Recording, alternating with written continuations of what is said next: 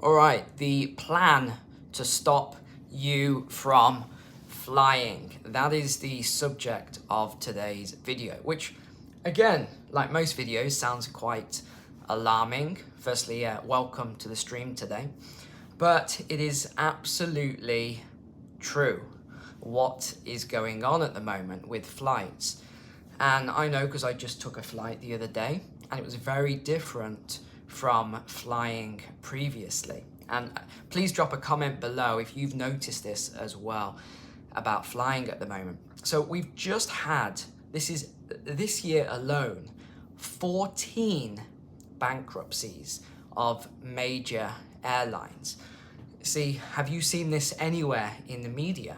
No, because they're not publishing this. In fact, we just had 3 airlines as well last month went bankrupt. And this was Western Global, Aero, and SAS. So we are having bankruptcies at the moment on a rapid rate in airlines. And we've just had a report come out which has highlighted, I think, some of the reasons why I think that they're quite happy with these airlines collapsing. So let me just tell you the list of airlines that have collapsed, because you might know some of these. Aeromar, Air Moldova, Flybe, Flyer, Nice Air, Go First, Novair, Ultra Air, Western Global, Aero, and SAS. So these are the ones that have collapsed already this year. Yeah, good evening everyone on the stream. Good to see you all. So what's just happened then? We had Western Global that had debts of between 500 million and $1 billion. Aero, again, the same exact amount. And SAS had 400 million. That was their, in fact, their losses between November 22 and August 2023. So we've got to look at this a second. Why are all of these airlines collapsing? Well, firstly, and this is the bad thing as well for all of us, when an airline collapses, they don't really explain this, but what happens is that because of pricing, supply and demand, we actually end up paying more for our travel. Because think of it like, well, it could be anything actually. If you have 10 options to purchase something, and because there's 10 providers, the prices come down by quite a lot because they have to be competitive. But when they start to, you have less companies, you actually end up paying more because there's less competition. And another reason people aren't flying as much at the moment is because the flights have gone up by a lot. There's a lot more regulations adding cost. There's less actual slots for flights as well. They're reducing it a lot. And remember, I did that really detailed video.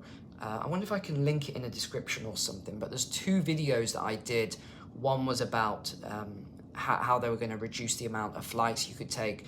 The other one was, I know we're going back a year or so now, but this is all coming, what I was forecasting has actually happened now. And I also talked about 1 flight every however many years. Well, now they're talking about, this new report has just come out, and they are saying that you are only going to be able to take 1 flight every 3 years if we're going to hit these targets. And it's not even like, let's say you fly from the US and you go to the Philippines, or you fly from the UK and you go into Thailand. No, that's not what it's talking about. It's saying less than 1,000 kilometers is the flight that you'll be able to take. This is what this report is saying, which is holding a lot of weight, and a lot of the big organizations are saying, here, yeah, we should do this, we should follow this report. So this is what they are saying. I mean, 1,000 kilometers won't get you anywhere. I don't know what that is in miles. Someone just put it in the comments, please calculate it. But that's nothing. You can't get anywhere with 1,000 miles. Now, the other thing they are doing, okay, the carbon taxes. So I'm not sure if you're aware of this. They've started putting carbon taxes onto the flights. as well, which is pushing up prices. Now, the other thing that was interesting was when I actually went through the airport, I didn't have to show my passport this time, which I thought was bizarre. And this is upon arrival. I just had to stand in front of this camera. It was just a little, like one of those old school cameras as well that you used to have, the little balls that used to go on your computer monitor, eyeball cam or whatever. That's all it was. And he said, okay, off you go. And I said, oh, don't you need my passport? Don't you want to ask me? And he's like, no, we already know who you are, because they do this scan now, which I didn't realize. They do this scan on your face, which is bizarre. I mean, I must be behind the curve because I did not know that they were doing this I don't know if it's a retina scan, a facial scan, or what, but I didn't need to show my passport. Yes, I didn't need to show my passport. This is amazing to me. Maybe you already know this, but to me that was bizarre. I was amazed by it.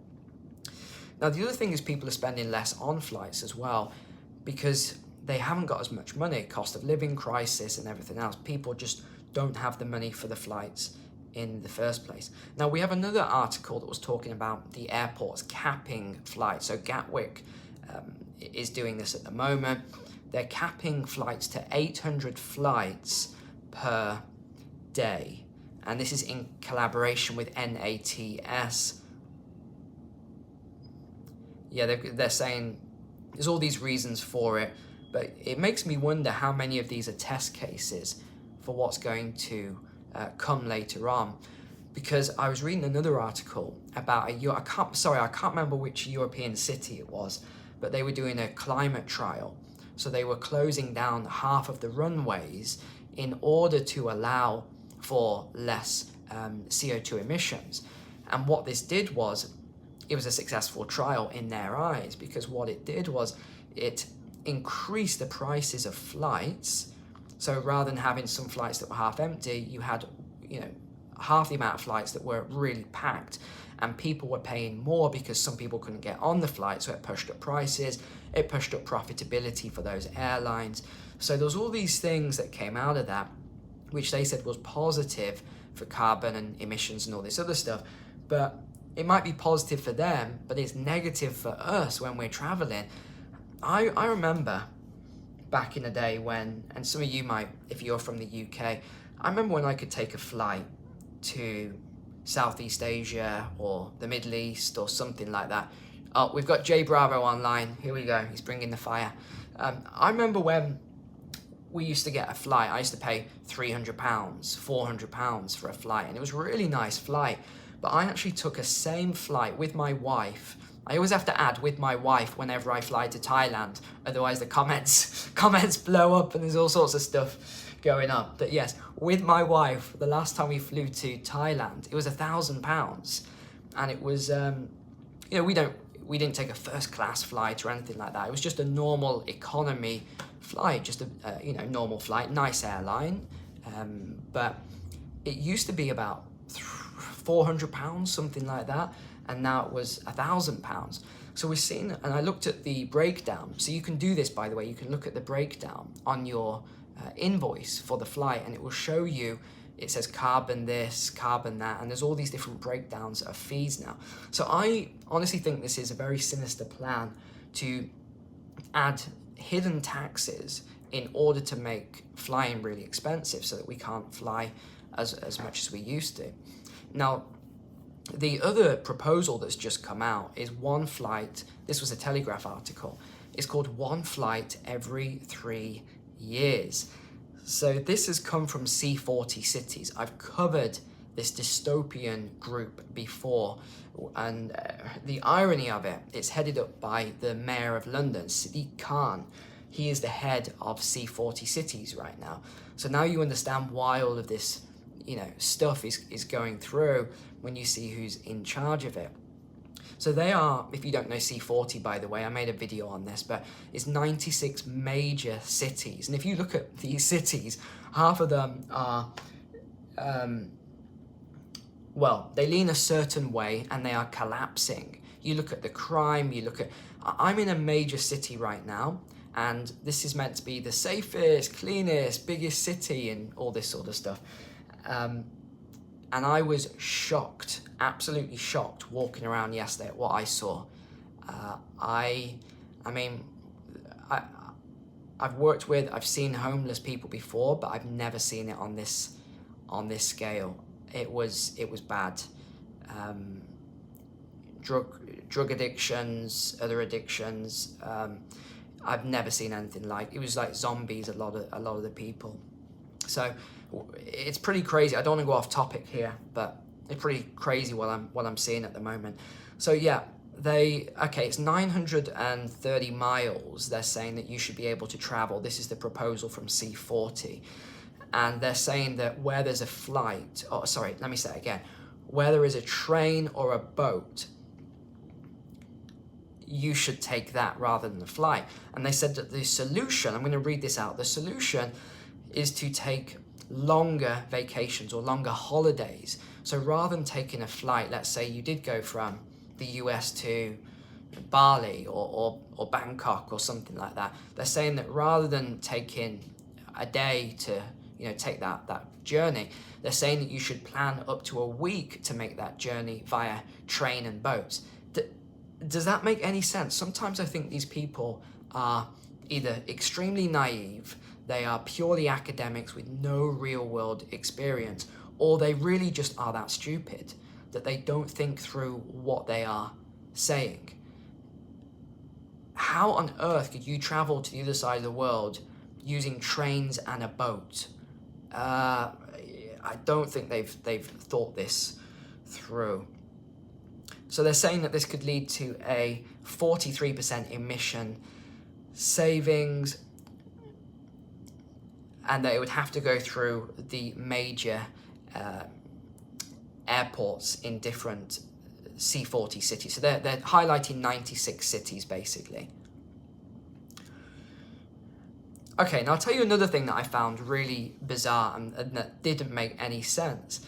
So what they're talking about is that it will limit the carbon, right? So they're saying if you go on vacations or holidays or whatever, they're saying that this would be good because it would limit the amount of carbon that's emitted.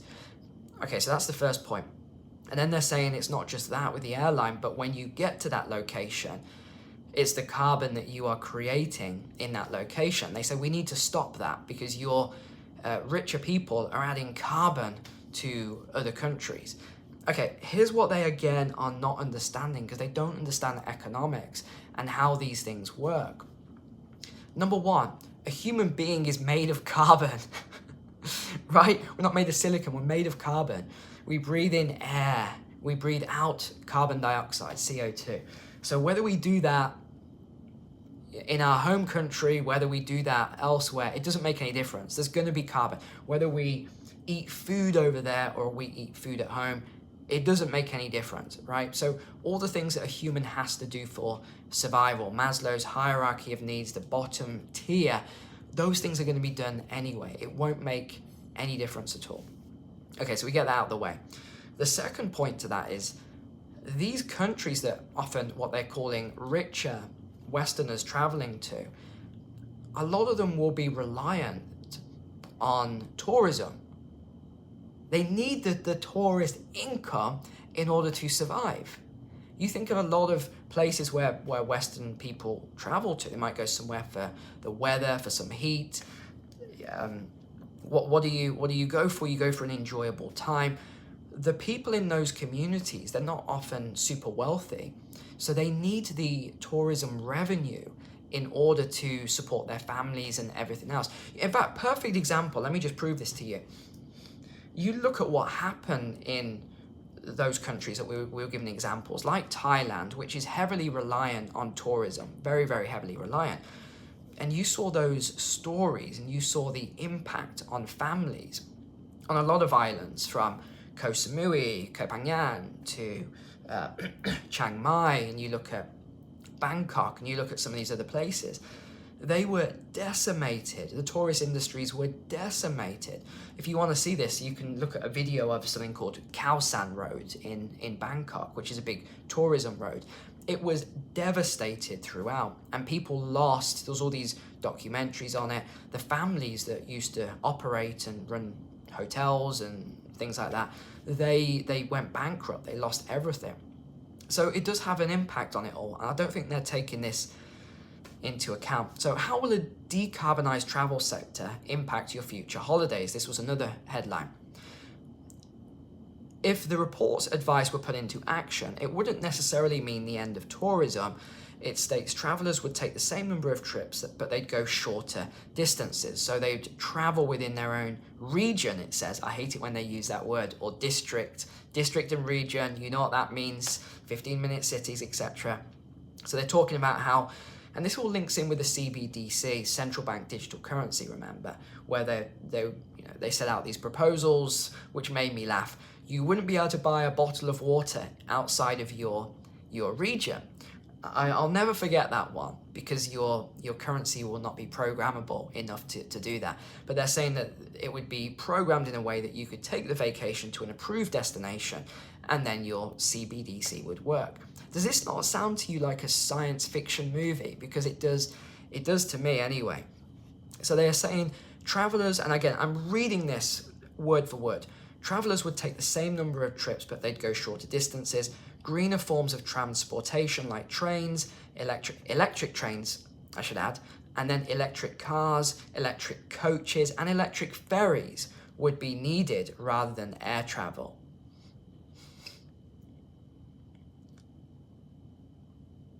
Yeah, again, they're talking about traveling longer distances. You'd have to look at the carbon allocation and all sorts of other things. Again, I've been talking about this for 3 years. Carbon allowances. Now, remember I talked about France as well, where they banned domestic flights.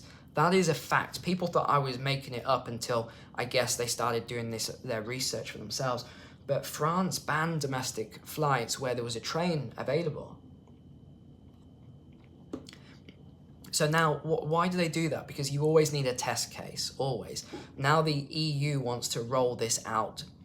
Throughout the EU, they want to enact this. So they're just putting these proposals through at the moment.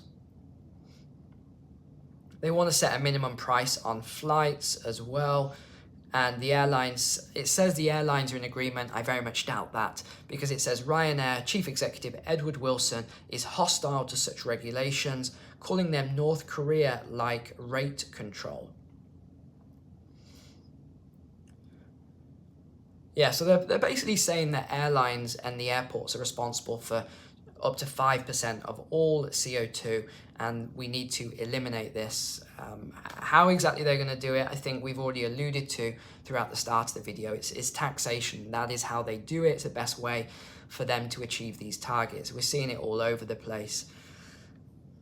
You can also, it states, voluntarily reduce your carbon footprint, and there's all these articles coming out about this. But remember, this is around the SDGs, the Sustainable Development Goals under the United Nations 2030 proposal. So if you want to learn a lot more about it, you can go over there to read all this about the SDGs.